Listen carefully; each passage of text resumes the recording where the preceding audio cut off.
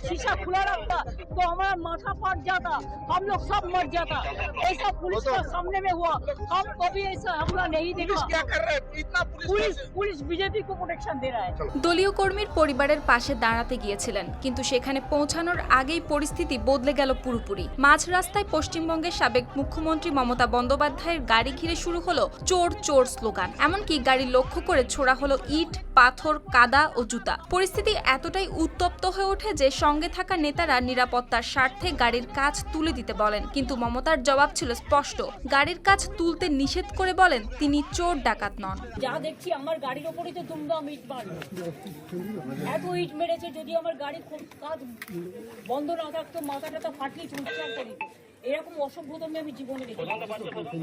ঘটনাটি রোববার পশ্চিমবঙ্গের উত্তর ২৪ পরগনার হালি শহরে। পুলিশি হেফাজতে মারা যাওয়া তৃণমূল কর্মী বীরজু কেউটের পরিবারের সঙ্গে দেখা করতে যাচ্ছিলেন মমতা। সেই সময় গাড়ি বহর ঘিরে শুরু হয় বিক্ষোভ। সামাজিক যোগাযোগ মাধ্যমে ছড়িয়ে পড়া ভিডিওতে গাড়ির দিকে জুতা, কাদা ও পাথর ছুড়তে দেখা যায়। মমতার অভিযোগ, পুরো ঘটনার পেছনে রয়েছে বিজেপি। তার দাবি, বড় পাথর ছোড়া হয়েছে এবং গাড়ির কাজ খোলা থাকলে তিনি গুরুতর আহত হতে পারতেন। একই সাথে তৃণমূল নেতা কল্যাণ বন্দ্যোপাধ্যায় ঘটনাটিকে অভিহিত করেছেন মমতাকে হত্যার চক্রান্ত হিসেবেও। BJP peoples were throwing big stones to the into the car itself, and continuously these stones were thrown.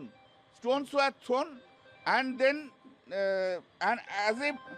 and Didi was about to be very much assaulted, and stones were targeted to Mamata Di itself. তবে অভিযোগ পুরোপুরি প্রত্যাখ্যান করেছে BJP. দলটির দাবি, ঘটনাস্থলে বিজেপির কোনো পতাকা বা দলীয় কর্মীর উপস্থিতির প্রমাণ নেই। তাদের মতে মমতা বন্দ্যোপাধ্যায় এলাকায় উত্তেজনা সৃষ্টি করতে গিয়েছিলেন, আর সে কারণেই প্রতিবাদ জানিয়েছে ক্ষুব্ধ স্থানীয় বাসিন্দারা। জানা গেছে এই ঘটনার সূত্রপাত তৃণমূল কর্মী বীরজু কেউটের মৃত্যুকে ঘিরে।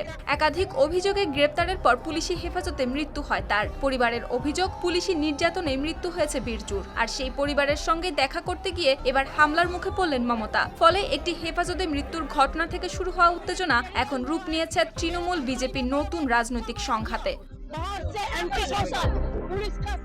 সুপ্তি রায়, RTV।